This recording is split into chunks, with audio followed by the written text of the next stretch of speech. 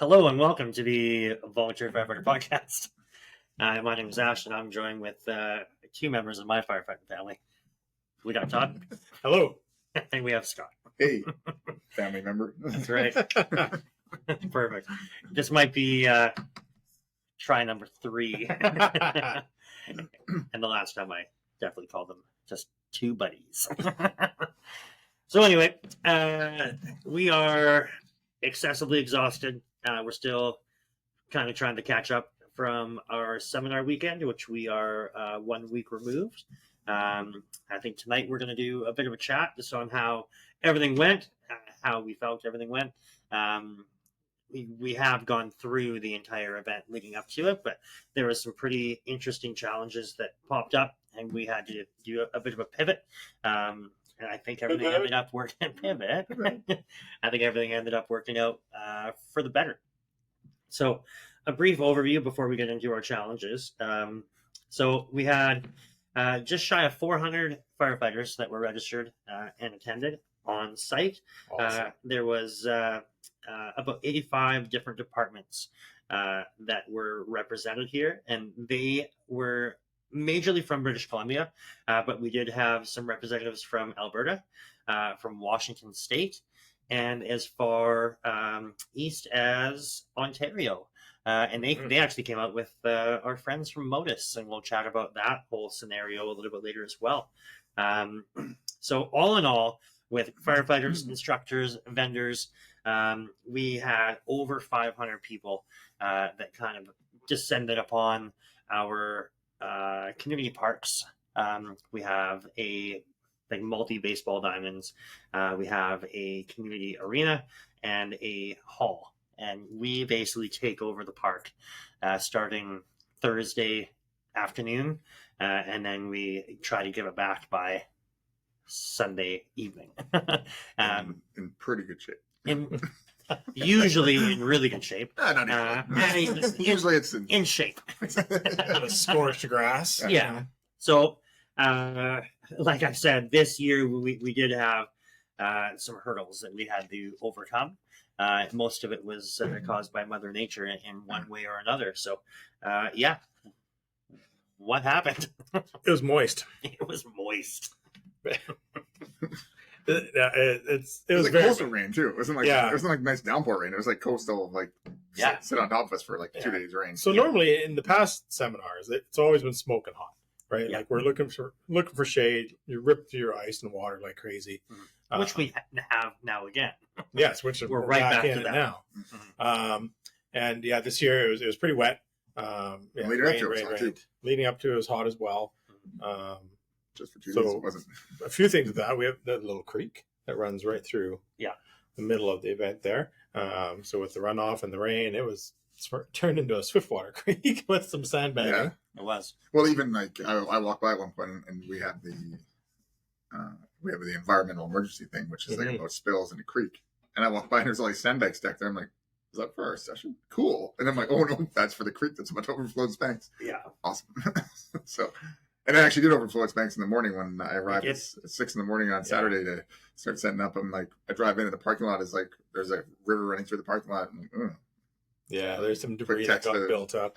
Took a quick text to the chief, and he got some townspeople down, and they pulled out a bunch of debris from it's like a catchment basin, and it had clogged. Mm-hmm. But it was still breaching over the bridges and stuff that we were. That's right. Yeah. Yeah. But I think, the biggest thing we had to change was the venue for the outdoor concert. We went indoor to the arena, which by all calculations has been well over 40 years since, or maybe not well over 40 years, since a real I was talking to somebody at the grocery store today. They're like, yeah, I remember back in the day when I was in grade 7. And it said, so he's like, our age. Sure. He's like, well, there was a skateboard event and there was a band in there. I'm like, he's like, but that one isn't a concert. He goes, I don't think there was ever a concert in there. So the wife was talking to Earl about it. Yeah. And it was 20 years ago. Probably more than that. Concert? Which concert? No, it was I can't remember the guy's name. It was a country guy that came. Oh, okay. Yeah, because that was when there was, what was it, that farm dance or whatever? Oh, okay, yeah. So right. That's true. It was that. Yeah. So it's been some time. Oh yeah, but that was last time. Yeah, and basically nobody that works at the parks was on the last time that happened. Right. And there's some, longer, serving people that are still there, and they're like, yeah, since I've been here, this has never happened. So a few of them were there for the evening. They were either they're working or they just came to enjoy it. And that's something as well. So we opened this nighttime concert to everybody. So you have the 500 people for $50. For $15. Yeah, most people were very, very happy to support and pay $15. There was a few that weren't, but that's okay. So yeah, we have the 500 people that after our banquet would generally walk outside and take a quick right, and you would be outside in the band shell, and there's some nice sunshades, and we were going to have Edison lights out there, just some awesome ambiance, if you will, and obviously all of the lights and whatnot from the band. But with the weather, most people don't like to drink in a torrential downpour, which is on and off what we were having. Like it was constant rain, and then like these like sheets of just rain would come in, and then it would let up a bit, and then it would hammer us again. But it was like constant precipitation, basically from like Thursday late straight on through. Like we were loading in a little bit on and off on Friday.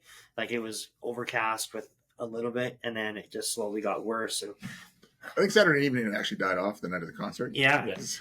One of our guys comes up and say, "Are we moving back outside again?" I'm like, "No." Literally, the band is ready about to play in 10 minutes. Yeah. Oh. Yeah. So I mean, and I said also the ground is super saturated. We would hate to wreck any of the ground. Yeah, and it's like it was like 12 degrees out. I think it's dropped off a lot. So again, people don't want to party in 12-degree weather when they're not dressed for it. Like I know there's like events where you can like snow events and stuff, but that's where that venue it turned out to be awesome because a lot of years the firefighters that were in our kind of station gear and uniforms and stuff, and they kind of trickle out after dinner and into the evening events. Wherever this year it was a good mix. Like a lot of people went and changed, some people dressed up, some people came back, and it was a perfect temperature throughout the entire evening, and it was packed late. It was, most people I've seen at our event late. Yeah, like usually you get like, because we have our banquet and then you shift outside, like you'll probably lose, I don't know, 15%. You might start to lose those. A lot of the like elder delegates that are coming, like a party might not be their jam. They might come over for a bit because they get the entrance ticket for free. It's included with their purchase of the seminar package. So they might walk over and check it out, but they'll stay for maybe a beer. This is pretty cool. I got to be up in the morning, and then the following day we're going to have to drive back to wherever we are. Obviously, some of the elder delegates here. Literally everybody stayed, and people just kept coming. Like people from town even. We were like 10 o'clock and we're like getting close to the end of the night and there's still people coming. So it was packed. There was a couple photos that went up, I think of like the thank you to our town. And it's cool that you can see like our events also, there's not a lot of like dancing that goes on. Like there's a pretty good like open space up by the band. And by the end of the night, like people were pushed. It was a real concert. There's a guy on stage. I'm like, Scott switched on to the old days. The old Scott. He was ready to rock. We're good though. We didn't. Because who was playing? Well, we had Tanner Olsen. Yeah, we did. Yeah, so Tanner was up with the band again, and just an amazing show. Like it was a phenomenal show. Him and his band did our 100-year party here, which is really cool. And I think this event blew it out of the water. Like the sound was dialed. Like the boys were up there. They were playing so well. Hit on a lot of like a mix of songs. Like they did all of their like classic, like their classic country. And then just some cool rock. There was some Miley Cyrus came out. Like I think he's got a couple like joke songs in his set. Man, it was an awesome show. Everybody I spoke to was like, I got to go and like get this on Spotify. Like it was great. So, and the stage was funny because like again, Well, I think it was Wednesday afternoon. I messaged you. I said, hey, we got to shift to the arena. Yeah. And then I think you sent me a picture like, what are we gonna sit in the bleachers? Like, no, Mhm. no, we're gonna go like arena show. Like, Yeah. And like Grant and I, obviously we worked a lot of events. So right, him and I like we're gonna put the stage here, and then you guys can see the vision. We're like, okay. Yeah. The moment that you explained that, I'm like, no, 100%. So then we're gonna go with the old truck stages like we used before. So Yeah. first truck makes it in like inches to spare because this arena is not like it's not a like arena festival arena like where they're loading in massive shows off. Yeah. Smaller doors. Yeah, so the one truck barely makes it in like inches. Yeah, like We had, like, folding broomsticks in the holding meters, and things we're up pushing and- shit out of the way. So the first truck gets in, I'm like, okay. So then the next truck comes, and I think because the guys are like, well, if you go this way, that way, I'm like, there's no way in physics that this is going to go in. Like, there's no chance. And they're like, okay, so they back up, bring another truck. I think the guy had taken the exhaust stack off to fit through. Mhm. Mirrors, nothing. We couldn't get through. So now we have one half of the stage. Yeah. And again, I'm like, okay, drawing from the past experiences, I'm like, and Grant had a little mini stage, and we had a bunch of stage risers. So Yeah. we quickly because a lot of concerts have what are called stage thrusts, or what we nickname them eagle ramps. I didn't tell Tanner that. That's what we nickname them. Like in the industry, you call them an eagle ramp, but I think the artists still think it's called a stage thrust. So what it is, it's like you have like the main bands on the main stage, and then you have like a ramp that goes out in the crowd. Mhm. So we happen to have enough material to build that. And I think that actually made it awesome It made it stage super because we had like the speakers on either side, and Yeah. it really added to the. Actually, I think that was a better stage setup than we had out there. Yeah. so that'll be the stage setup from now on if we ever do that again. Yeah, sure. But that really worked out well. Mhm. Yeah, we haven't talked about the seminar yet. We talked about that. Yeah. I mean, obviously that was I would say our highlight, but I It's mean, pretty good. we're all working, right? And it's not like when it comes to the party, we can just sit back and enjoy it.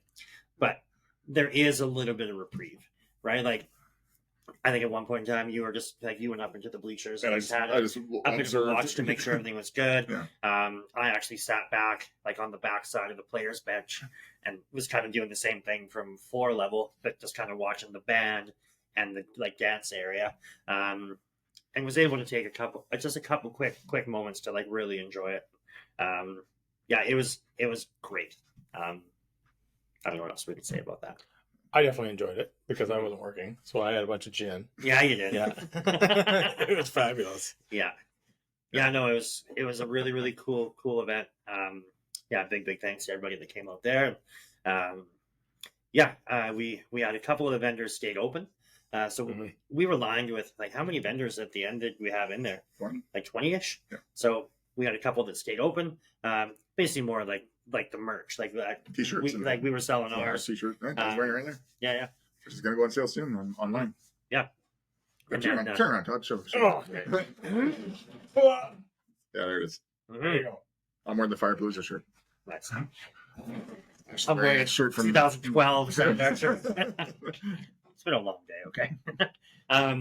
Yeah. So anyway, a couple of the vendors were open, and then we had half a dozen liquor vendors in there as well.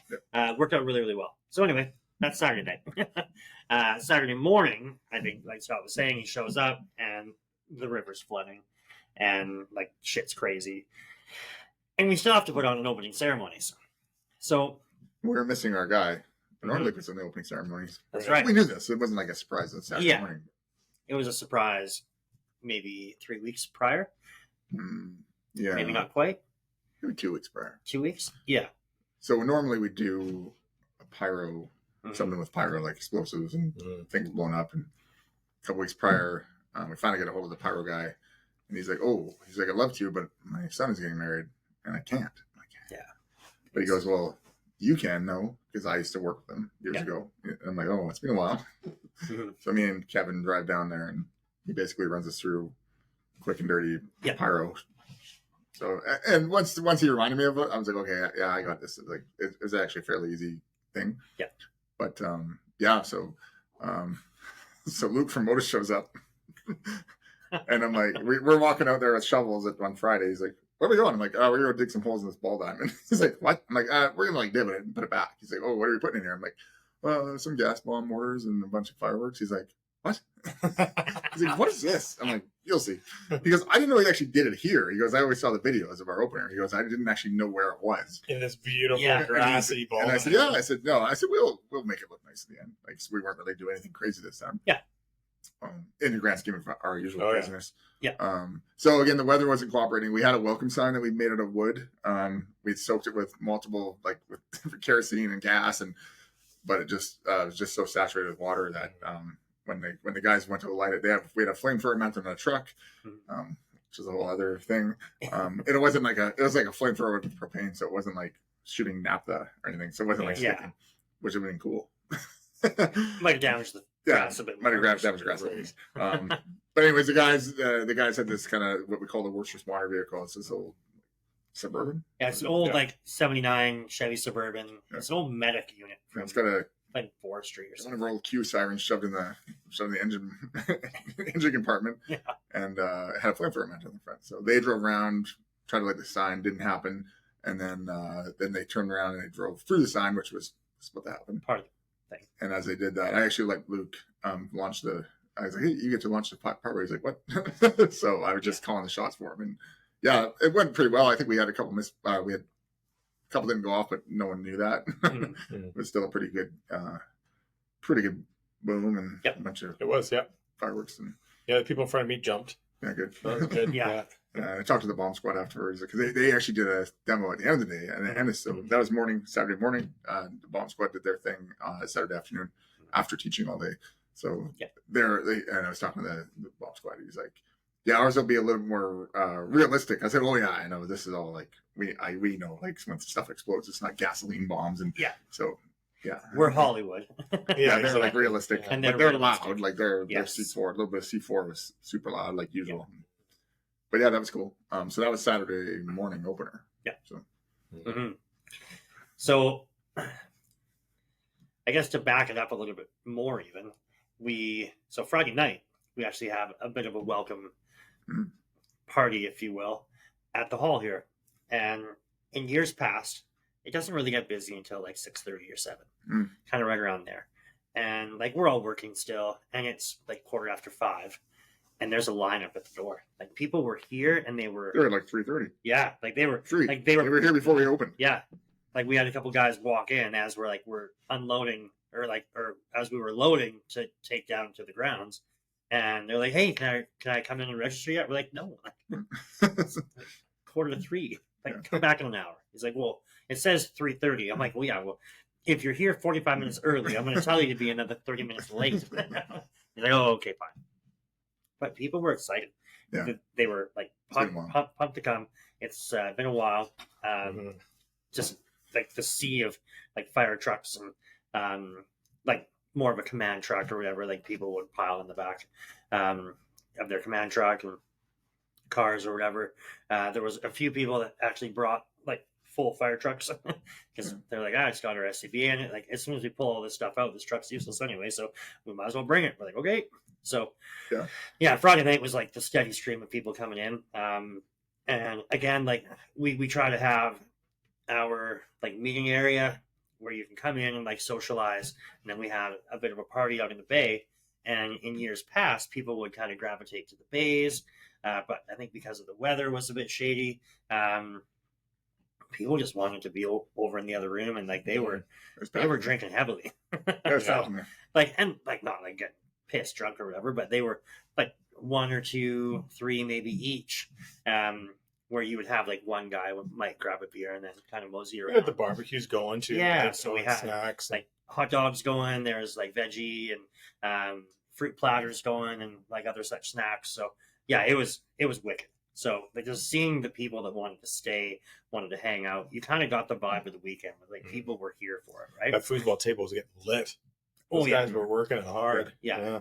So foosball was going. Our pool table was going. Yeah, I was still prepping for my session. Yeah, I was like typing away on the computer, and I hear like, people are yelling. I'm like, what the hell's going on over there? Yeah, it was getting crazy. People were having a time. So yeah, Friday was great. So now back, we're down to our opening ceremony. So that all went off. If you didn't know, once again, like we always get kind of hard on each other. Like, oh man, like this didn't work out. This didn't work out. At the end of the day, we had a shitty old Suburban with a Q siren on it that smashed through a welcome sign With flame. with a flamethrower attached to it, and a bunch of fireworks and a big old gas bomb went off. Yeah. People were like, "Yeah," like it was great. So everybody thought it was perfect. So Yeah. so that was great. So that happens at 8 a.m. and then 8:30 is our first session. So again, because of the weather, we can't have all of our audio stuff out there to do our like welcome speech and whatever. So I think you and I were like, all right, we are the welcome Sort of speech. yelling like. So we kind of divided it up into quarters, and like we both started kind of right in the middle, and we gave a speech, and then we moved out, and my speech to start with was like, all right, guys, just want to thank everybody for coming. We really appreciate it. Here's a couple of, bookkeeping things that you're going to want to know about by the end of the weekend, blah, blah, blah, this. The last one's like, all right, thanks a lot for coming. The session starts in 15 minutes. Lunchtime's at this. It's going to be expanded until 12:30. All right, have a great one. Yeah. So it definitely went from great to shit. So thank you all for coming. But yeah, so we had 26 live sessions. It was hands-on, every single one of them. And for an event like that to kick off, by 8:31, we had 24 started without a hitch. We had one misplaced tiger torch, which was solved in 10 minutes. So by... Mine almost started late because I was still cleaning up the pyro. Right. And I quickly ran over. But I had two other guys sitting there. They were chatting away. I walk in, they're like, yeah, I know we pepper sprayed a guy. I'm like, what's going on in here? Like right now? Or... Yeah, so, again, Saturday we had 4 sessions kind of back to back with a bit of a break, and then lunchtime was served back in the arena. So we got all of that foot traffic that went back to the arena. Our vendors like raving reviews. They're like, we have never had so much foot traffic and people coming up to us and chatting with us. And That was being definitely engaged. that was the thing that we decided. 5 years ago. Well, yeah, whenever we decided a long time ago that we Throw back to Carl when he was going to be in the vendor section. Yeah, like that was when we had to do. We had a debrief, and one thing the vendor said, like, there's not enough people coming through. Yeah. So we had a discussion. We're like, well, how hard is it to put lunch in there? And it was definitely challenging. Like, it definitely added to our plate, but it made it so much better and made the vendor so much happier. And that's what we're looking for, right? We don't. Yeah, we want to support them. Spread that the vendors are like, hey, these guys are trying, like we pushed a lot of people through there. Sure we did. Yeah. Like all 5. That was a great setup though, because in past years when we always had it in the arena with the sit down, now it's a huge mess in the community center. It's a big mess to clean up, and there's a lot of things going on, right? Whereas that, like, it was very sufficient. It was just fast. The food lineup into the tall boy tables. People were cleaning up for themselves. Like, it was wipe down. We're done. Pretty good. Yeah. Yeah, and we had a couple of volunteer groups that were coming in. They were looking for volunteer hours. We ended up donating all of the empties. So, like, thank you for coming down to volunteer your hours. But there was a lot of water bottles and a lot of other cans and such that ended up finding their way over to them, which is really great. So yeah, like, we weren't having to be hands-on for the most part. So yeah, 4 sessions on Saturday, and then broke down our sessions, kind of left the majority of it there, but like unhook all of your appliances, stuff like that, all of the things that could walk away. We did have security on site, but I mean, it's a pretty large site to be secure when it's open to the public still. Right? Yeah, and like I told the security person, I'm like, there's only a few things that are really expensive here. So the rest is like literally there's burnt cars over there. If they can't get any more burnt. Yeah. I'm like, let's not worry about that. Just keep an eye on that burnt building there. Just if it's fully involved. If it like catches on fire, which it shouldn't because it's a CCAN. And the guys are doing pretty good putting it out. So yeah, I think that was one of the big concerns was some of our buildings being left there overnight, because Saturday morning at 7:30, some of the guys went into one of their CCANs, and there were some people that had moved in. That's fine. That's fine. Yeah. It wasn't in the burn building. It was in a non-burn can. So it was clean. It was actually brand new. Yeah. So yeah, they saw the new wood smell in it. Yeah. We had just sheeted the night before. Exactly. Yeah, so they had moved in. I think the instructors even like, all right, you got until 8:30, so like, and then we're gonna start spraying water in there. So at that point, you should probably go. Yeah, and they were good. Oh yeah. packed up and left. So I mean, kept it out of the rain for the night. That's fine. yeah, Mm. yeah, it's great. Yeah. Yeah, So so like, I guess some of the sessions. We should probably talk about some sessions, not just all the parties we had. Yeah, there right. was things to be had or things to be learned. I think a few standouts was unfortunately the helicopter wasn't able to fly Yeah, because of the weather. But from what we understood, there was that went pretty good reviews. some really good takeaways from those guys. It was cool because it was the official, not the debut. It was what was it? Like beta test. Yeah, like a beta test of the new our aircraft marking panel from Modus. Mhm. So, which we talked about way back in whatever episode Yeah, one. we're back. Yeah. Who was on with us? Chopper Mike. Yeah. When he told us about the Australian splash mat, Mhm. you know, obviously the wheels started turning. So Yeah. we attempted a thing. We attempted to make our own, which actually didn't turn out too bad. Yeah. And then we talked to Modus about it. We wanted something a little more portable, made it out of some kind of parachute material. And yeah, they came through again. So they made like a 4x4, almost like a stop sign shape. Yeah. With a big arrow on one side and a SOS. SOS. And it can actually fold back kind of into itself, which is kind of Mhm. cool. So I remember I brought it over in the morning because I think they made 6 prototypes. They made 6 prototypes. I get one for us. You have one, or I didn't give it to you. I think it's in my house. So we gave them the other 4. Yeah. And I'm like, there you go. And the guys who were running the chopper like, what is that thing? I'm like, I roll out. He's like, yeah. He's like, what? He's like, this is amazing. And I was like, well, yeah, see if you like it. Talk about it. Bye. See ya. And it took off, right? Mhm. And then you went by at some point. Mhm. And They're literally like halfway through. So like once everything was rolling, like my job was to make sure everything ran smooth.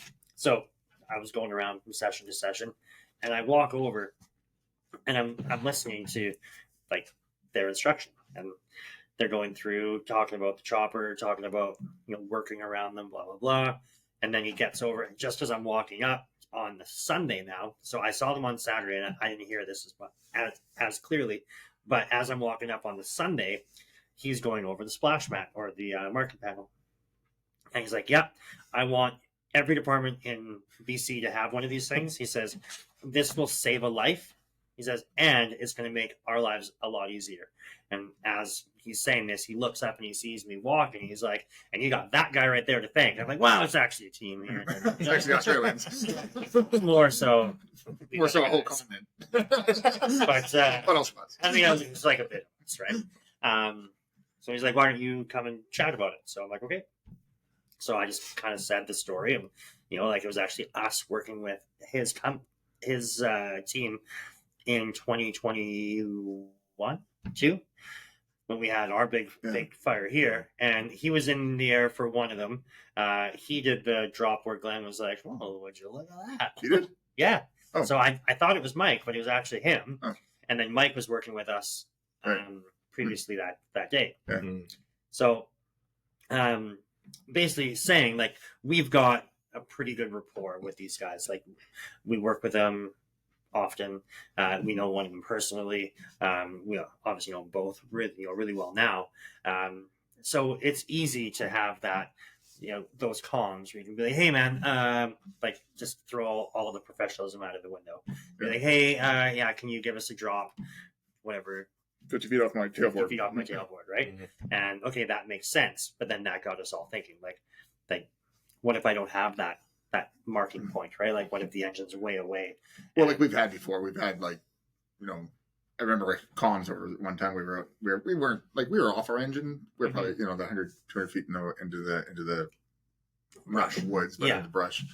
And I remember, One of our guys. "Hey, I need a drop. Well, where do you want it?" "Well, like 100 feet to the left of that tree that's on fire." He's like, "Every tree's on fire."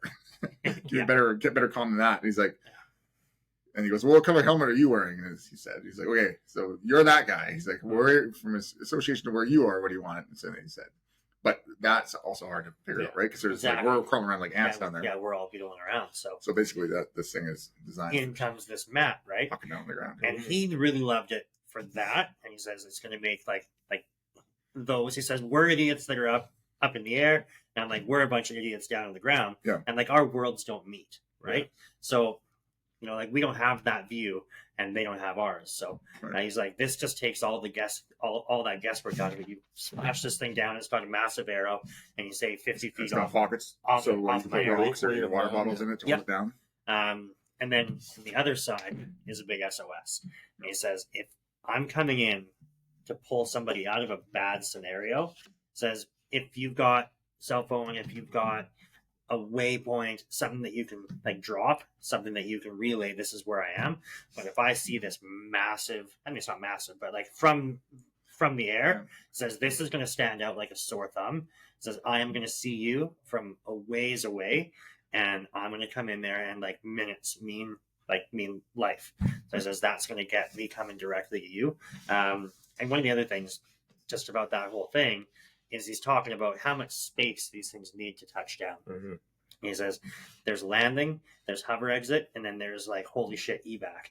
Yeah. And like he's asking for like 100 by 100 and then 50 And by it's a little 50. smaller. And then he's like, if it's a holy shit evac, he says, you can pace out. Like I will tell you what the pace out distance is, the minimum that I need. And he says, I will put it in within 2 feet of that kind of distance. Right. And like you could just see people's eyes were getting big, and they're like, okay, I kind of understand this. Right. You know, again, like he had the bucket there. They had like that sort of cam lock deal, right? And he says, you guys should never be in a position where you have to deal with this. He says, but we've been in that position before where you have had to.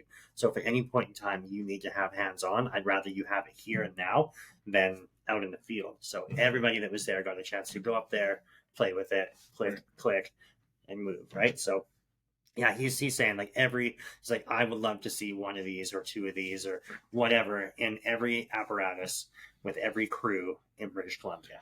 Well, one thing I asked Paul to add on from Lotus, he's kind of like the techie guy, the guy that does all the stuff.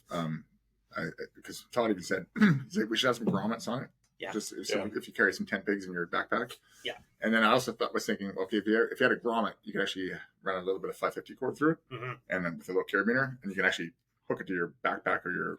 So that way, because I was watching. The reason why I was thinking that because I was watching military because they use marking panels so they don't get bombed. Sure. By like aircraft. And I'm like, oh well, if we had a marking panel on our back, because sometimes the water bombers come over, they don't see us. Nope. And next thing you hear the bird dog, and you're like, oh, we're the best, and we're like running. Yeah. And I feel if they actually could see us down there, the marking panel, they might be like, hey, get out of there, you idiots. Yeah. Before they bombed us. Mm-hmm. So, like if you could attach it to your backpack, just so like almost like a Superman cape, and then they can see like they can see there's like at least one marking panel moving around Running there. away. Yeah. Why is Scott running? So, yes, I mean that was a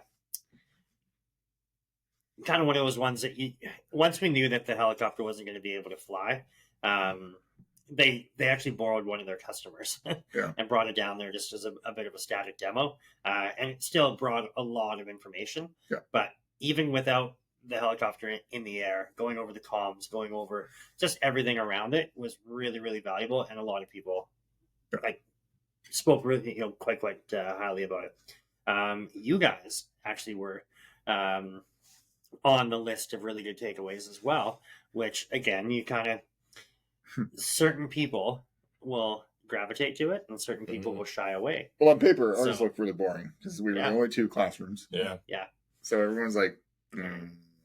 Because everything else is hands-on, things are on fire, like not massive explosions, but there's things burning and lots of obvious physical activity, right? So I'm like, stop the lead we've taught before. So that's what Todd was teaching. So we kind of knew like that always draws a little bit of attention because you got the blood and stuff like you're outside, blood everywhere. I just didn't think I would get as much as I did though. Yeah, I thought I'd get 50% what's to be expected. Yeah, because we're supposed to be just because of 13 all the events that are going on. This is fires. and people usually kind of wander off and go find the ones they want. Yeah.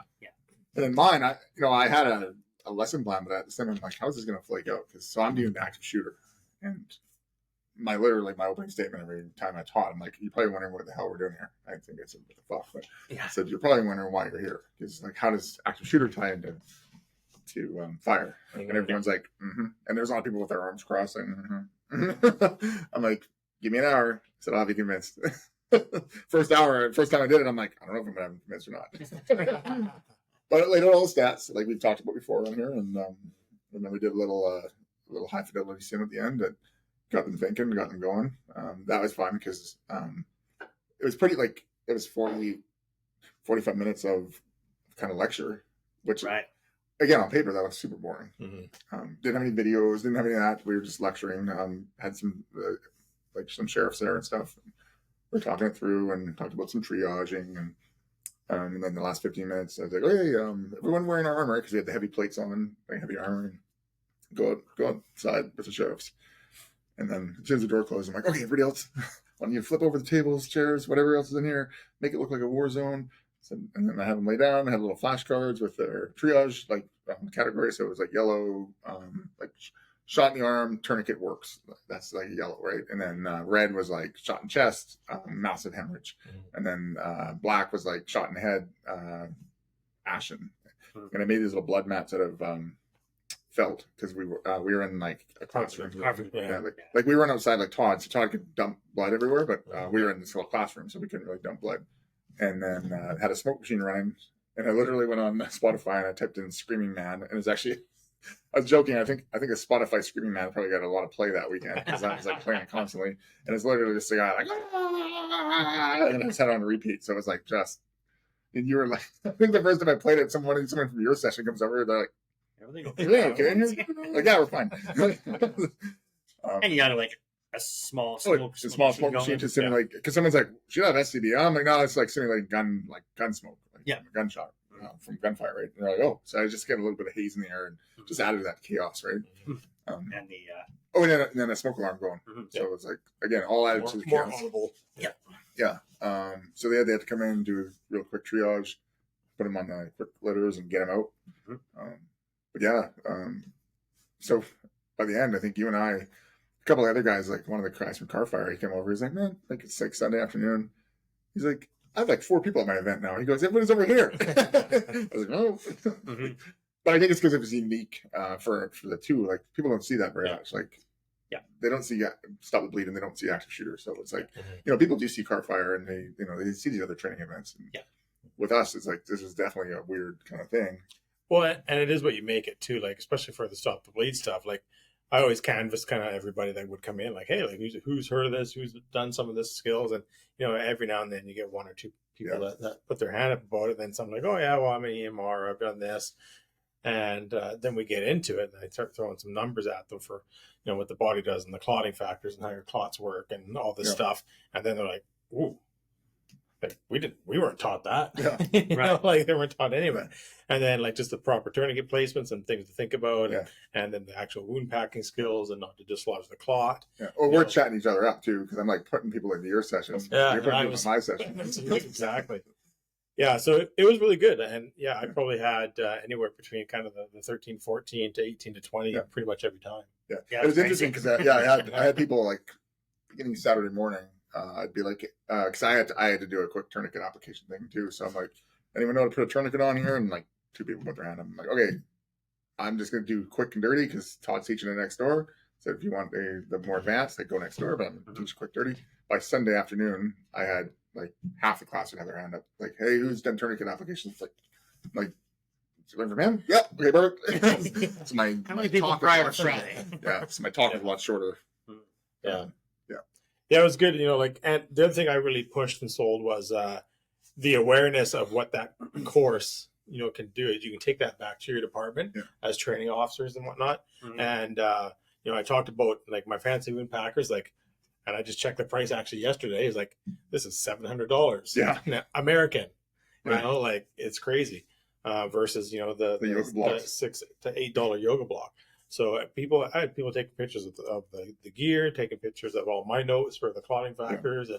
And the yoga blocks is funny because I walked by at one point like, "Man, whoever came up with those ideas is super smart." And like, Tom and I literally like, "You too, look at that." I think we changed it a bit, but it was like, they're like, "How do you make it?" Like, get a knife and a screwdriver. Get a knife, screwdriver, and a clean, pretty high tech, a clean sprayer bottle. Yeah, exactly. Yeah. I did bring a spare one in case I had a couple fail, but it might have some pesticides in it, so we didn't use it. You didn't have to use it. Nice. Yeah. So I mean, seeing those two sessions have such great success. Because those ones are the ones Yeah. that I was like worried, like people Yeah. were like, and I'd be like, like I'm kind of thinking like our session's gonna like these 2 sessions are gonna be like a whatever session because Mhm.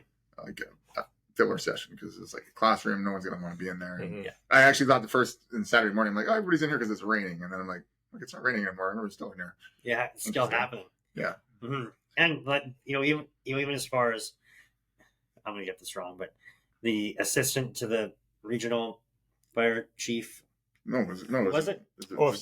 deputy deputy fire commissioner. deputy No, fire he's like commissioner? not the regional fire commissioner. He's a fire commissioner for the province. Oh, okay. So even he was speaking highly of it. And he walked in at one point on Sunday. He's like, "Hey, run me through what you're teaching." I'm like, "Well, I'm about to start again." He's like, "No, I got 10 minutes. I gotta go because I gotta catch a ferry." I'm like, "Okay." So I talk pretty fast, and I was talking. Like pretty you were fast. going. and I was like, "I got armor in my hand." I quickly show him like, "How do we take a guy down with a gun?" And he's like, "What the hell?" He's like, "Whoa!" And then then he asked a few pretty good questions. So I had the answers, and he's like, "Cool." And so then he's like, "Yeah, we should definitely look at this more."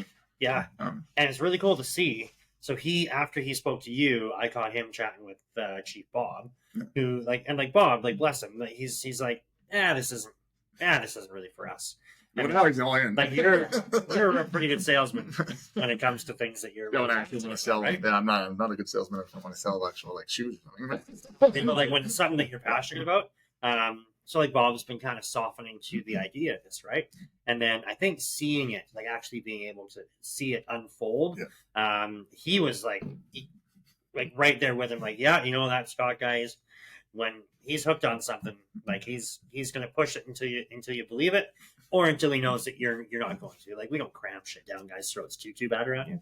But I mean, Well, I just sell it. come out from an angle, like right. Yeah. It shouldn't need selling. Like No. I was selling in the course. I'm like this really shouldn't need much selling. I'm like, I mean, like the first stat I throw out is 98% of all shooters are solo shooters, Mhm. and everyone's like, okay. I said, why does that stat matter? I said, because if law enforcement goes in as they should and stops a shooter, there's a 98% chance that that's the only guy.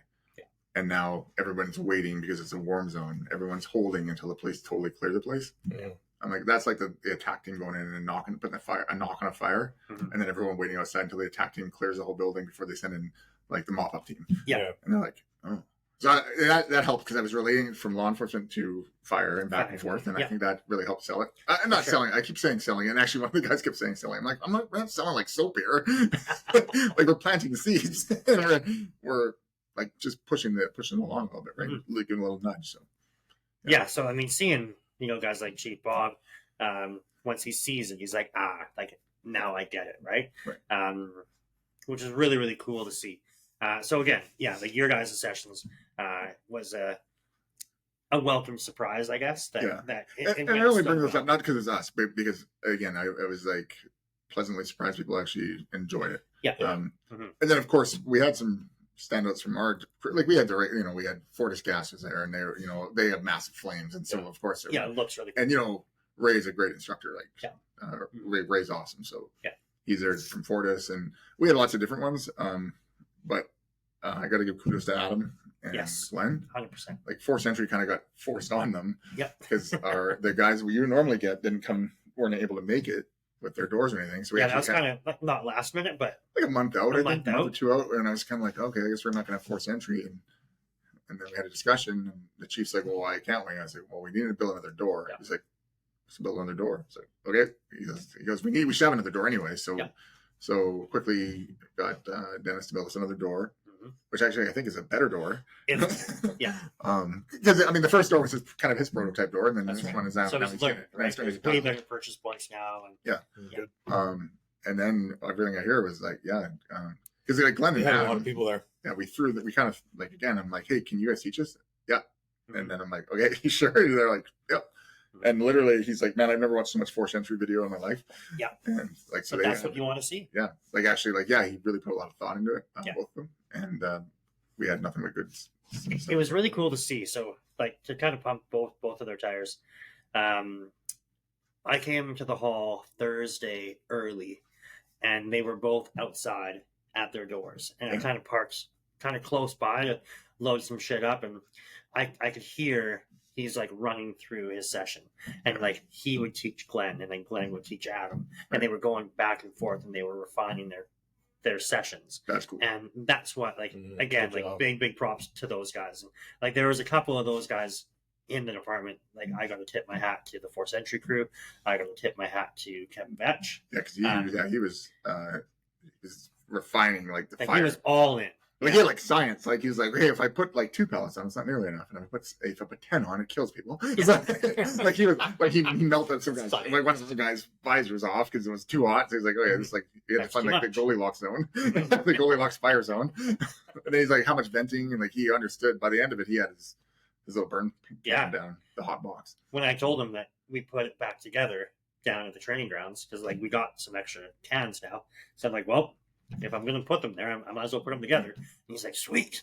I'm like, are you going to teach that again? He's like, oh, okay. Not till September or Not till October, September, because we cannot do it right now. Yeah, we are at this temp. We are probably because that is a hot. season. That is a hot room. It is, yeah. We So might be able his- to get yeah. through. So his room is designed. There's no ventilation in it. It's basically designed as an interior tack going on the hallway, wall, ceiling, wall, using that water to kill the BTUs and cool the whole structure down. So basically overwhelming the fire with pure like water. So yeah, there's like it got pretty hot in there. But we had enough vent holes left to like vent a lot of the steam and stuff. Yeah. But yeah, it was. He said it got ripped in there pretty good. Yeah, going really well. It's funny. I kind of made it to every session every day, and I got up to him at the tail end of one of his sessions just as he was coming out, and then I listened to like what he was saying to his crew after the session, and like everybody was like, yeah, like super jacked up. And then on Sunday, I started my day at his session, so it was his first session of Sunday morning, and I just kind of beetle up there, and he's like, oh hey, and this is Ash. He's one of our captains, and I think he's up here for my audit. And I'm like, you're what? And he's like, yeah, you're doing like my session audit. I'm like, I'm not doing that. I'm literally Meanwhile, you pull out a notebook. yeah. Prestige. But go on. All right. So he's going through it, and like he's doing like great, right? And then he's like, damn it, man. I'm like, what? He's like, you're making me nervous. I'm like, I'm not saying anything. And it was funny because he's like going through everything and like hitting his marks. Like all of the info was getting out there. And he's like showing guys prior to going in, like talking about that heat, the thermal layer, talking about the smoke layer, talking about using those water droplets to basically to disturb your thermal, like overwhelm it, and then overwhelm, and then that's when you can push in and da. So yeah, and he even talked a little bit about venting and why, like in this situation, like you can't because it's not going to go anywhere. They're like, oh yeah, cool. So everybody was getting what he was saying, and then there was maybe like a 4-minute little down moment. Like I'm sitting there and like everybody's getting all packed up, and I talk. So I'm like, Kev, you mind if I jump in here quick? And he's like, yeah, I'd go. I'm like, yeah, yes. We have a 2 full day event, and like I enjoy doing instruction, not the overall thing like I was doing. So I'm like, I get 2 minutes. So I dive in there. I'm like, hey, how many people have been inside of a structure before, whether it's real or CCAN? And 3 of them. 3 out of 13. 3 out of, yeah. So 10 of them have never been inside before. So that was their first. And that's why we do experience. this. Like, really. Yeah. So and I did say prior to the weekend, and that like 3 of them yes, 10 of them no. I'm like, okay, sweet. So I'm like, hey, so that's really awesome to know. And I'm like, so secondly, like Kev's about to show you guys just some hose movement tactics and things like that. And he's like, yeah. So they start to show, and he's like showing them the clamp and the slide, right? And I'm like, hey, this is great. I'm like, hey, Dane, come and back up, Kev. He's like, hey. So I'm like, stop right about there. He's like, hey, grab one of the hose. Okay. I'm like, all right, I want you guys to shout out when Dane, as his backup, should like, where should he be on that hose line? And I think I had him start like 20 feet back, right? So he starts getting closer, getting closer, and you see like one guy's hand goes up where he's kind of back where we want him to be, right? And then gets a little bit closer, and a few other sheepish hands go up, and then right at the very end, everybody's hands go up, right? Real nuts to butts. Yeah. It's interesting. And I'm like, all right, nobody here is wrong. And they're like, oh, really? Surprise. I'm like, there's 2 of you guys that are super right, and the rest of you were right in 1985. And they're like, Or for other reasons. Yeah. There's times. But Yeah. right? And they're like, what? Like, it was more of a laughable thing. So we just went on quickly as like Kev now was getting on his SCBA and stuff. And I'm like, the reasons why you want to stay back, like we've always chatted here, is in case there ever is a collapse and somebody goes down. And like also, like once Kev's geared up, he's going to be testing his host stream. I'll get Dane right back on him in the nuts to butts thing, and then I'm going to call Dane. And like, okay, so Kev's spraying. I'm like, hey Dane, and he just kind of moves his body, right? So what happens to the host stream? Yeah. It moves too. So we explain that, and everybody's like, oh, yeah, this is great, right? So I'm like, all right, thank you, and have a great rest of your day.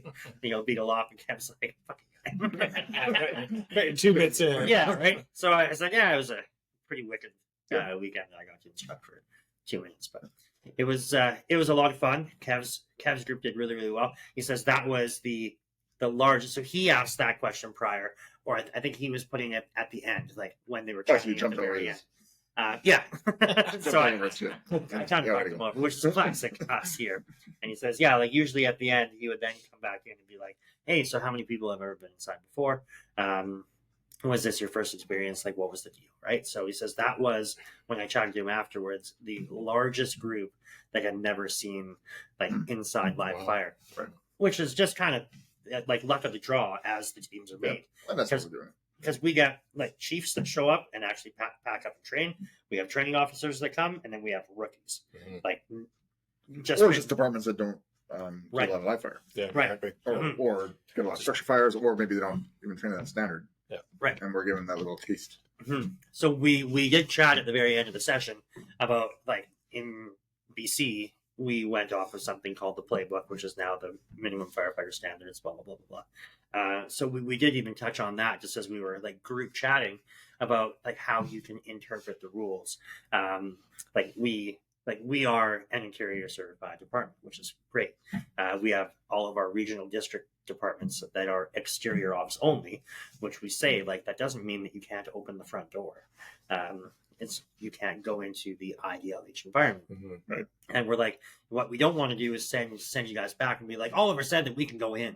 Because that's not what we're saying here. We're like, however, doing these things like we're doing on a weekend like this, where we're giving you those little tidbits and tips and tricks, if you're ever in that situation, or if it's now overhaul and the rest of the building is completely viable, there's no reason why you guys can't make that. Well, and part of exterior training now, they've added forcible entry, That's right. which suggests to me that they want you to at least force the front door and do a quick check at the door. Yeah. Yeah. Which is, we know that's where a lot of patients end up, at the door. So there's nothing stopping people from opening the door, giving a quick little look down the hallway. Maybe have to hit the fire with a little bit of water, and grab patients. So yeah, I think the flexibility on that, it's a little bit more than some departments are very strict on it. Like there's a couple around here, they're very like, nope, as soon as they have to go inside, we're not going inside. We have to call another department, or we can't go in. Yeah. And there's others that are like, well, IDLH is it's a degree. Like, how deadly does it have to be? Like Immediately? Like, does it really have to? Like, are we talking like seconds? Because some of them are pushing it, which is good. They should. I think they should, because that's what saves lives. It's like, Well, but they I should think train. with the training standards, like it's you look at the past 5-10 years, how we've evolved so much, and everything's constantly evolving and changing. We're going to start seeing that stuff change. There's still going to be departments that are going to be only exterior. We're going to see a different degree, like what you're just mentioning, is that, hey, with this, and this, you may have the opportunity to push in. We're not talking like a full search and that kind of shit, but like make that you're grab. not basement, so you're not going to go quick upstairs. No, exactly. Make those quick grabs, something that's going to save a life. And Which kind of shoots into our other sessions that are over where Kevin was, which is we had the orientated search. orientated search of VIS. Yeah, VIS. And basically, and it was cool because we bought this battle fogger thing. It's basically like a $2,000 smoke machine. And when Grant's like, hey, we should get the smoke machine, I'm like, oh, okay, we'll buy it on training budget, because part of it, I want to have more of this non-toxic smoke, because when we do our search buildings, like it's not great for us to be always in smoke. I mean, definitely not good for us. And it's also like it serves a purpose, but it's also like impractical and it's also like our gear gets more beat up because we have to wash it more. So if we can use this non-toxic smoke, so we kind of rolled the dice on this thing, and man, this thing is awesome. Like it filled up 3 sea cans and the hull. Well, filled up a hull when we tested it, but it filled up 3 sea cans in minutes, and it was thick. Like Grant said, at one point he goes, I could hear them talking in there, so he kind of stepped forward to see where they were, and he actually like almost fell over a guy because it was so heavy smoke in there, and so that really worked out well. And then really the VIS and the orientated search are essentially the same search. They're just one you're doing from the inside down a hallway going into the room using the hose line as your safe point, as your anchor point, and then the VIS, of course, is from the exterior jumping into the room. Which is actually where I think we had our only injury, which is like a separated shoulder. But the guy was like boss, because he went in and he still saved the patient, got out, and then he realized, oh, my shoulder's dislocated. so he quick trip to the hospital. And luckily we were right there. The hospital, you can see the bottom, we're at the bottom of the hospital hill. So. So I think he got back in the action later, didn't he? Well, I don't think he got back in action, but he was back on site. Yeah, he was wearing a sling, but he was still moving around. So which is really, really cool. So lots of really good feedback from those guys as well. Again, with that smoke that makes the vanilla flavor. Yeah, it's like a giant vape pen. Some 16-year-old kids like on the tail like puffing it. Got cotton candy everywhere. So that was really cool. Actually, it was sweet when we were loading the sea cans back to the training grounds. Like those buildings still have like all their piping, so like we're still going to be able to utilize it for our training. And we got to chatting, and I was explaining to one of our members, and like for us to smoke out that side of the building, rather letting like hay in a barrel, which is, I mean, now you've got this hay fire, it's like smoldering. But now that's way over here, which is like people go in there with a thermal camera and all of a sudden they're picking up this massive heat source way away from the fire, which happens, but not very often, right? We got this random spot like multiple starts. So that kind of takes a bit of that away. And I'm like, for us to get the heat and the smoke to travel that far, now we're building this rocking fire and we're putting all this massive heat in the building, which, I mean, it's cool. But again, like you're not really honing any extra technique by building this massive fire. Like you could have a 4 or 5 pallet stack and get the exact same skill set across, and it would be way better. Like Scott says, on our gear, on our firefighters, on our buildings. Like we're going to get more, more revolutions out of the buildings if we're not building these rocking fires every session, just by pumping smoke on the other side, because you're still going to get that natural smoke from fire. So that side of the building was always good. Like you always got that, right? But over in the search rooms, like it was smoky, but you're not getting the effect that you want. So I'm really excited to see with a little bit of that battle fog or smoke in there, and I'm curious to see what the reaction is to heat. Like once we have that fire, because it might dissipate quicker because it's a cooler smoke. So that'll be interesting. But so those guys. A little bit of a hazmat deal going on with turnover van. I got a guy I know from the Kootenays. He came and taught that, so that was a good session. I got a couple of videos from that, or not videos, pictures of them doing that. Large animal rescue. That was actually on a lot of people's. They really enjoyed that. So we've got a lot of like these outlying departments. We're not all. I think we aren't either. We're not all these like big city departments. I mean, that's kind of not the gist of it. Like we're the volunteer and paid on call departments. So you're going to have those, rural kind of settings where you'll have livestock. You're going to have horses rolling around and blah, blah, blah. So like people gravitated to that. And like the people that instructed it made one hell of a prop. Yeah, they made that. Yeah, they made a horse that had articulated legs, and its tail actually had like a spinal cord, and then it ended where it's supposed to, and it went to the mane, or whatever the mane. Mane's on top. I'm not a horse person. Tail hair. Basically, the rest of the tail hair. Its ears were like looked like horses' ears. It was like, man, we wanted to bring it home and beat it for some of our meeting nights.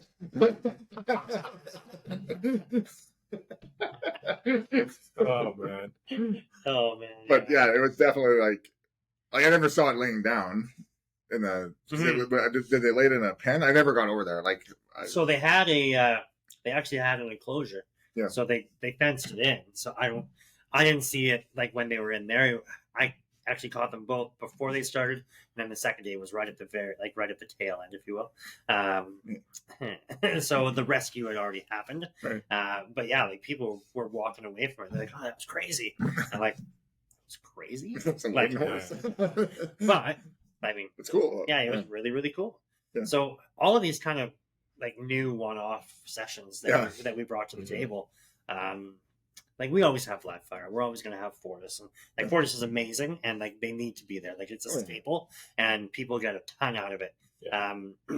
However, I think like you guys, the horse rescue, things like that are, MCI. the hazmat, the MCI event with, we had half a dozen actors and actresses that were coming in there. My daughter was watching. She was super stoked. Yeah, the voice. She could probably teach it.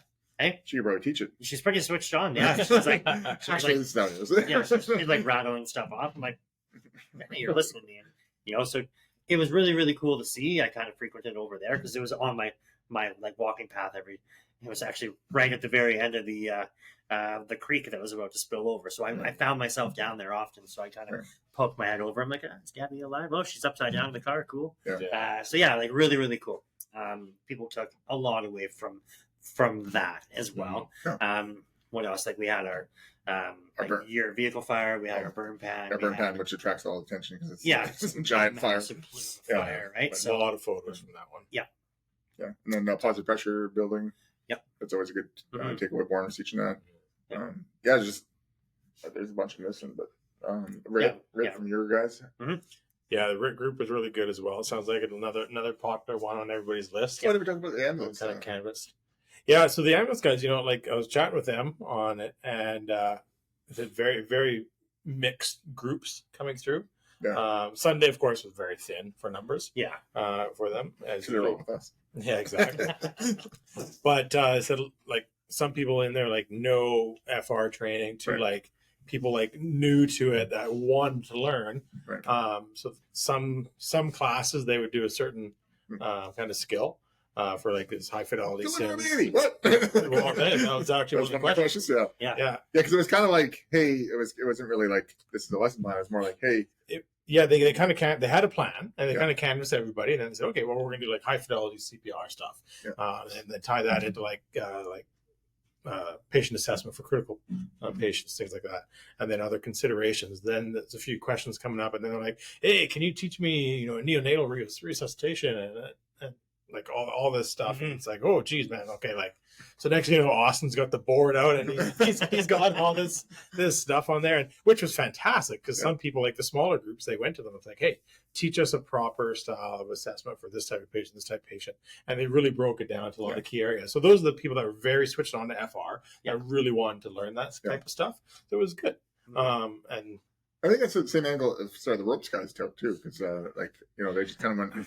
They had a lesson plan, but then they were also like, hey, do you have any questions on different ropes systems? And so obviously it was taught by some of our really advanced guys on ropes. We also had Swiftwater. Not only in the creek but also in the river. We actually had the SAR guys out doing Swiftwater. I saw one of those guys walk by at one point. I did not even go near them because they were like I was in the pretty far away from your guys. Yeah, but I did see one of them walk by in their dry suit at one point with all his gear. So I'm like, okay, they are here. Someone is definitely in the water getting wet. So it was. Oh, and then of course Rob. Right. Can't forget poor Rob. Yeah. Rob and his 22 kilometers of running. Yeah. So Rob. I thought you said his 22 children. No. 4? Yeah, 4. And they're all working. All of them. Yep. But so Rob was teaching, not teaching. I guess he was running the fire challenge, which is like fire fitness, like I don't know how to say it because we got sued probably. Anyways, the thing with basically an obstacle course. And he kind of ran it. I think he was running it very similar to how we do with our rookies or our candidates. But Rob had a step counter on him.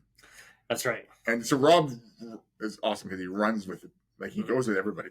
Yeah. And I don't know. He didn't tell me. He usually tells me how many people ran through. I didn't hear like a lot. I can't A remember. lot. And a lot of people Yeah. go twice, 3 times because it's a competition. Like Yeah, they actually and won a pretty prizes. cool. There was a snagger there were snaggers for everybody that won.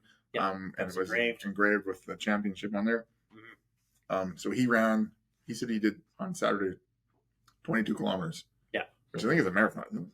It is, yeah. So I it's pretty think, close to that was the thing where he ran a marathon in one little small and one, square. one 100 Yeah. times. Small party. And it's funny too. Like, I was having a chat with the chief about it, who happens to be his father, and he's like, "Man, like Rob's talents are being underutilized.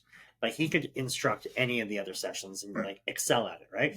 And I'm like, "Oh yeah, I know that, but you try to get Rob out of that scenario." Yeah. And like, no, there's no way. Like, Well, even and- Grant's like, I used to do that. Mhm. And I said, yeah, Grant, but you're a good instructor. He's like, so is he? I'm like, well, you're a better instructor. I was just trying to like Pump up him Grant. right? I'm like, yeah, that's what you're teaching. He's like, okay.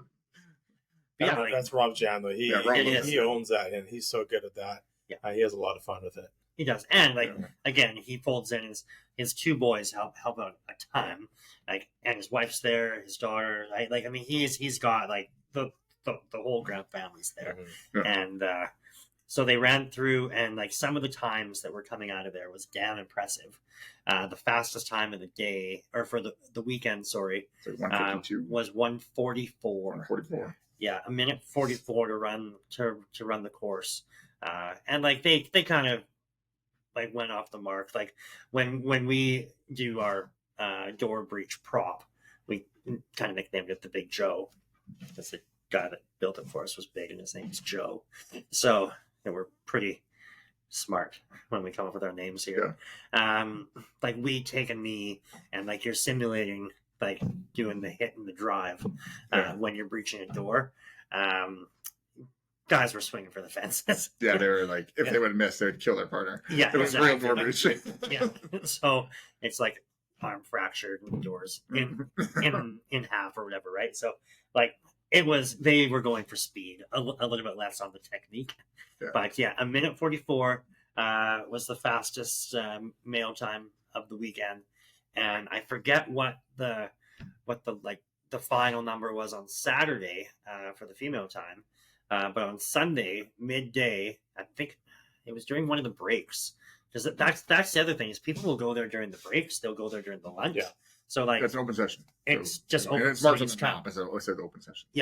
So people just like flock over there. So like Rob doesn't get a break. Like No, he's when nonstop. when the other teams get that hour or whatever for lunch or the half an hour breaks, like he's just getting hammered with people to come. So yeah, there was a female on Sunday that ran and did phenomenal and actually had the fastest time of the day. But we give out all of our awards on Saturday evening. Yeah. So now I'm like, oh man, that's a bit of a bummer. So like, Yeah. I ran down to see the spouses that were running the Modus booth. I'm like, do we have anything else to give out? And they're like, yep. I'm like, perfect. So I grabbed a snagger out of there Okay. and then went and gave it to her. And then about 40 minutes later, somebody beat that time. And we were out of snaggers to give away. Right. So I'm like, oh shit. And like I actually had when Modus was out here the last time we were doing the fire video, we all got one in the department. So I'm like, you know what? I've got my Old Faithful. I'll run and grab my spare. I can grab another one if I need it. But so I ran and grabbed that. I'm like, hey, don't leave. I'll be back in 10. So I grabbed that and gave it to her. And yeah, she was just pumped, right? Nice. So, but I think that was her second time running as well. So like she knew she could do better. Mm. I think she was saying she messed up on the hose couplings or something. So Yeah. yeah, like there's Yeah, a lot of yeah. places that you can stumble Yeah. and like kill valuable seconds. Well, the way we have that design is it's so they have to slow down, speed up, slow down. It's not just brute force because you have to be finessing the hose couplings, and we have Mhm. multiple hose couplings. And Mm-hmm. Yeah, so that was an awesome event. People were running that. Like we had half of the sessions, like they were all packed up, and I'm So walking they're- by, and they're Yeah. still yeah, then our guys are running they're it. still running it. Yeah. So like I like the competition side of it. So even down on Force Entry with the two doors, Yeah. you're kind of looking at the guy next to you, and like you've got a team of two over here, a team of two over here. Yeah, there's a little bit of competition going on there. Yeah, and then at the end of the session, if they've gone through all the rotations, now it's how fast can I get through this door as a single firefighter. So nice. they had two blocks up top, 2 on the bottom, Oh, wow. and 22 seconds. Was it? That was our. Nice. That was Adam. It was Adam. Yeah. Yeah. So he had the fastest in. So he's So he's gonna our really force entry guy. forcing all the entries. Yeah. Yeah, like force entry was kind of like Well, we actually had my jam. Like I love force entry. Yeah. I'm like, oh man. You're more of a soft entry guy. Now I'm in my old age. I'm more of a soft entry guy. Well, we had an alarm call last week. Adam was in the truck. Gets out, he's like, I can force that door. I'm like, I know you can. He's like, I can force that door too. He's like, I know you can force all the doors. No, But you can't force the doors. Yeah. Mm-hmm. So anyway, seminar. Is there anything else you want to touch on before we kind of move on? No. Are we moving on? So, well, yeah, like on, like and then done. Yeah. Actually, I think the only other thing. So we talked about weather that affected us. Yeah. Oh, yeah. The other side of that is Two things that affected. so where we had all the rains. Well, I think we should talk about the guys before the seminar that got affected by the rains. That couldn't even come. right. Yeah, So- Cache Creek. Yeah. So they actually had to pull out probably a couple weeks ago, or not even a week. I think a week before. Yeah. That, hey, we can't come. We're like, well, why? And they're like, oh, the news it tells us that you're as a river man. So I will throw myself under the bus. We get this text like, "Hey, Cache Creek wants to back out." Blah blah blah. And I was like, "Okay, so they don't come, and we're keeping all their money." And I'm like, oh, heartless. So you're like, what? I'm like, check the news. He's So like, I look, I'm like, "Oh God, absolutely!" Like Yeah. whatever they need. I just saw, like, we just can't make it. I'm like, oh, like sorry, but you don't buy concert tickets. Yeah, I'm yeah, like, yeah. I can't make it, and then We did have to. We did have to keep a little bit of the hard cost, but Yeah. other than that, we give them as much we gave refund as we could. much back as Yeah. possible. So those guys, their fire hall basically there's video of their basically a river running through. Yeah, Yeah. water running right through it. They lost power. The whole city lost power. Yeah. The town, I guess. Mhm. So they were in a bad way.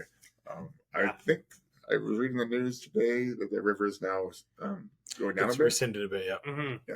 I still don't know what that means for them and their fire department, but we'll see how that goes. Yeah. Yeah. There were some photos that looked pretty devastating of Yeah. their department. Yeah. So yeah. Sorry, guys. And then up north, Mhm. we have all the fires. We do. Port St. John area, right? Yep. Yeah, so there's some more wildfires up north, and I don't know how many departments. I know we have two. to bail. Two left. Two of them Yeah. left The banquet. during the They banquet. go back for deployment. Yeah. Mhm. That's what they Yeah. got deployed up north, which is early, like May. This is very early for deployments. Yeah. Usually it's like June. mid-June, early July. Yeah. First departments start going out. Yeah. Yeah, and then on that too, like with some of our Alberta friends and departments Yep. that were coming, so Alberta's on fire. So Sure it's it's been really dry out there versus our wet weather. Mhm. And so I made a few notes here. So there's 87 active fires out there currently, just under 20,000 evacuees that are affected. Currently 1,500 Albertan firefighters, 200 more from the USA. We got our Mhm. military there. And then they said in a statement there's about 800 other firefighters and resources that are also deployed. So that's a lot of bodies. It's a lot. I like the it's news. a lot of The resources. news is like they've not yet hit the height of the fire season. I'm like, yeah, because it's May. Yeah, The height of the fire season is like August. Yeah. Yeah, so this has been burning like Lahash, Alberta or Edmonton area, and now also sounds like Drayton Valley. Drayton and north of Calgary. So Yeah. it's getting So pretty ugly. yeah, pretty crazy. Very unseasonably hot and dry. Yeah, Like Scott jokes about, it's true. Like we're not even in the shit yet. So I got stopped by a guy actually at the old Canadian Tire today, and he's like, "So how's the old fire season looking out there?" He sees me wearing a shirt or whatever. And I'm like, "Here?" And I'm like, we're just getting out of the floods. He's like, but like we burned over the last couple of years. Like it'll be fine, right? Like that's not how that works. So like all of this rain and like flood, and, like precipitation is just gonna like amplify and like I mean, there won't be any heavy timber burns probably because most of No. the timber is still going to be destroyed. But Yeah. there's going to be a lot of quick a lot of grass fires. the ground fuel. there's different sections of the Yeah. Yeah. So I mean, we always chat about the one section just to the north of us here. I mean, that's prime. It's different sequence. because It's it's been due. 8 years or whatever Yeah. it was. So Yeah. I mean, fingers crossed, but one day it's going to come, and Well, in this month, we're going to spend a lot of time. We're going Prep. to next week. We spent this last week in practice teaching the rookies on catching them up on wildland firefighting, and then next week we're going to check out all the pumps and all the wildland gear, make sure everything's up and running, and then the week after that we'll do a little bit of scenario, and we'll be ready to roll for either deployment or for local deployment. Yeah. So that'll be good. So that was kind of the seminar in a massive nutshell. We've got jokingly the date for seminar 2025 up there. That's 2025, right? Yeah, so Good luck to whoever runs it next time. yeah, May 2nd and 4th for the seminar 2025 committee. We'll be here to help instruct. Maybe. But Wash my hands of it. I'm just kidding. No, I mean literally. I was talking about we've been 7 now. 7 as part of the lead team, right? That's a lot. That's 14 years worth of these things. So it's like we'll take a little step back. Yeah, I think that's fair, man. Pass it on. Um, I mean, it's a hard event to run. It's actually the weekend part's actually easy. The prep. The prep. Even All the though the week logistics. before is easy. Yeah. Like it's hard work. It's hard work for like physical labor, but it's the 3 or 4 months before. That's the part that you have to have. It's difficult, right? Yeah. So anyway, we'll see what happens there. Quickly before we move on too much further, we've spoke about both of them, but I really wanted to give major thanks to Fortis BC. Fortis came through like crazy, like they always do. Many people were on site throughout the weekend. They had a couple of sessions. They had their LNG session and then the electrical emergencies. We dropped a car, dropped a pole over it, chatted about that. So that was really, really cool. And then obviously Modus was here. Fortis also sponsored our shirts. They did, yeah. There's nothing marketing that Fortis, but Fortis helped us with their shirts and did the neck buffs. Correct. Swags. And then we obviously some signage for us and stuff. So. Yeah, so big thanks to them. And then again, big thanks to Modus. Yeah. Luke, Paul, amazing team. They've been supporting us like crazy. We haven't had the opportunity to have both of them together. One of them's coming in a couple weeks. Yeah. Yeah. So pretty excited about that.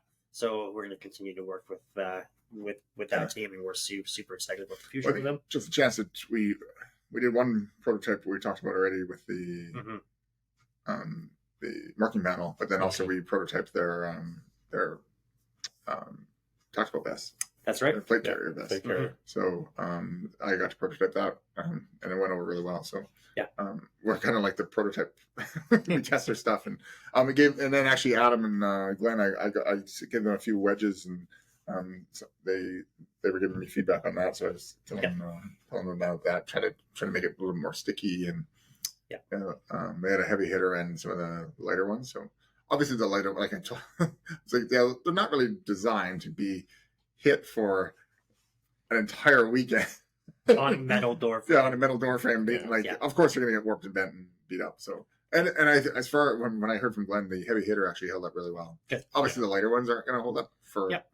Like that's a lot of action for those things. Sure it is. Yeah. So So yeah, big thanks to those guys there, both Fortis and Modus. We were running a giveaway contest over the course of the weekend, leading up to and then over the weekend. Both of these people have been contacted, but we wanted to announce our 2 winners were Lee Solway and Colby Cullen. Nice. So yeah, congratulations to both of you there. We're actually looking at your gift pack just off camera here, but so that's going to get it's gonna packaged come in up. that nice grocery bag. Yeah, exactly. Yeah, it's a super nice gift pack. It'll be, that's why it's off camera. Wrap it with tape right on it, ready to go. That's shipping standard. This is some shit now. But yeah, thanks to everybody that took part in that.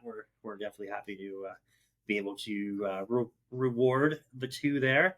And thanks for all the new follows, subscribes that we've been seeing come on through here leading up to the event and then after.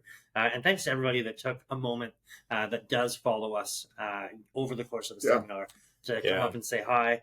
I mean, obviously we were running around like crazy. We had our hands were pretty full from on set to the end of the day, but I don't want to say I was rude, but I wasn't like, I was friendly, but I wasn't like, hey, thanks. I was more like, oh, thanks, because I was like thinking about other things, trying to trying to run a thing. And I think the one guy in line that was talking to me in the food line, I was like, oh yeah, thanks, thanks a lot, and then kind of carried on. I was like, oh, I probably should talk to them a little longer. So wherever you were, sorry. Well, we were running like crazy. Like trying to rip through your seminar or your session, get everything ready to go again, have a little bit of a break to go and chat with other people. The most talking that up a bit. But thanks to everybody for making the time to come up to us, approaching us and talk to us about it. Thank you again for listening and following. Oh, and thanks for buying the initial attack blend. That went well. Absolutely. Yeah. So there's a lot of coffee drank. There was a lot of coffee. So I think Friday night, Saturday night, there was a lot of other beverages drank. So every morning, which means on mornings there was a lot of caffeine. And just we'll chat about them quickly now before the shout outs. But Wolf Tree was on site for the entire weekend. We debuted to the masses the initial attack blend, which got rave reviews. They sold a crap ton. They poured I don't know how many cups. They kind of gave us a loose estimate of what that looked like. And they poured a lot of coffee, and they ended up $2 per sale got donated to the Honor House Society. So that was really cool as well. So check them out on all their social medias. It's Wolf Tree Coffee. It's out of Oliver, BC.